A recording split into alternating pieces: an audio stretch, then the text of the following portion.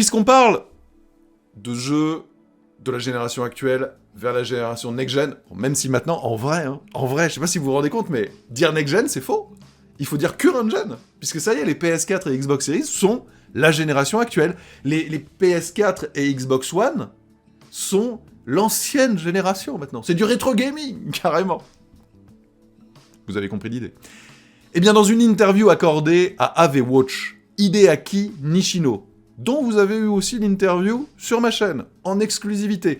Eh bien, regardez, dans le média japonais, il a dit beaucoup de choses. Je le cite et je le traduis. L'hypothèse actuelle est que la transition de la PS4 à la PS5 prendra environ 3 ans. En attendant, comment puis-je continuer à acheter des jeux sur PS4 ? Les jeux achetés peuvent-ils être joués sur PS5 ? C'est important.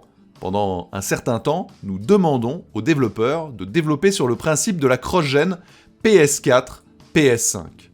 Alors quand même, vous l'avez vu, il y aura visiblement des exclusivités PS5 de la part des studios first party du moins. Ratchet & Clank sera une exclusivité PS5. Demon's Souls, pour l'instant, est une exclusivité PS5, ça sort pas sur PS4. En tout cas, pour l'instant, c'est pas annoncé. Mais aussi, on sait aussi que Horizon, le prochain Horizon qu'on a vu là, sera cross-gen. Ça a surpris beaucoup de gens, moi le premier.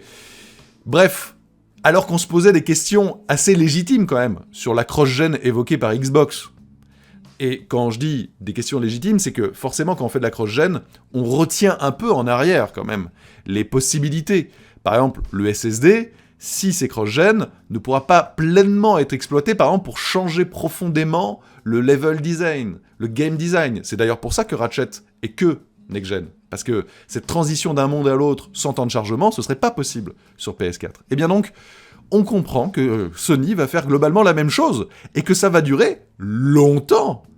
Jim Ryan, ça avait été une surprise, nous avait dit que ce serait plutôt 2 ans, là maintenant, on nous parle de 3 ans. C'est quand même assez long, alors plus que jamais, il faudra vraiment guetter les exclusivités totales pour voir ce qu'elles apportent vraiment. Voilà. En attendant, ça laisse quand même planer un petit peu de doute. Alors, est-ce que c'est à cause du Covid, etc., qui va faire que la transition est plus lente, ou est-ce que c'était vraiment les plans initiaux, et que là, ils le disent de plus en plus, et dans ce cas-là, c'est pas très très fair-play, je trouve. Eh bien, peut-être le saurons-nous à l'avenir. En attendant, eh bien, cette next-gen s'est officiellement lancée à travers le monde, du côté de Xbox et de PlayStation. Et c'est vrai que, par exemple, juste avec Demon's Souls, moi, je me suis pris une vraie claque next-gen. Franchement.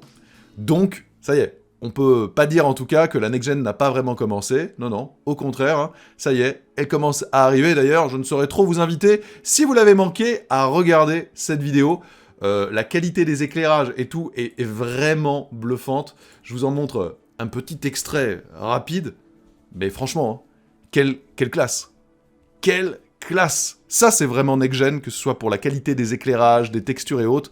N'hésitez pas à aller y jeter un petit coup d'œil. Elle vous attend au chaud en espérant qu'elle passe en 4K un jour, prochainement.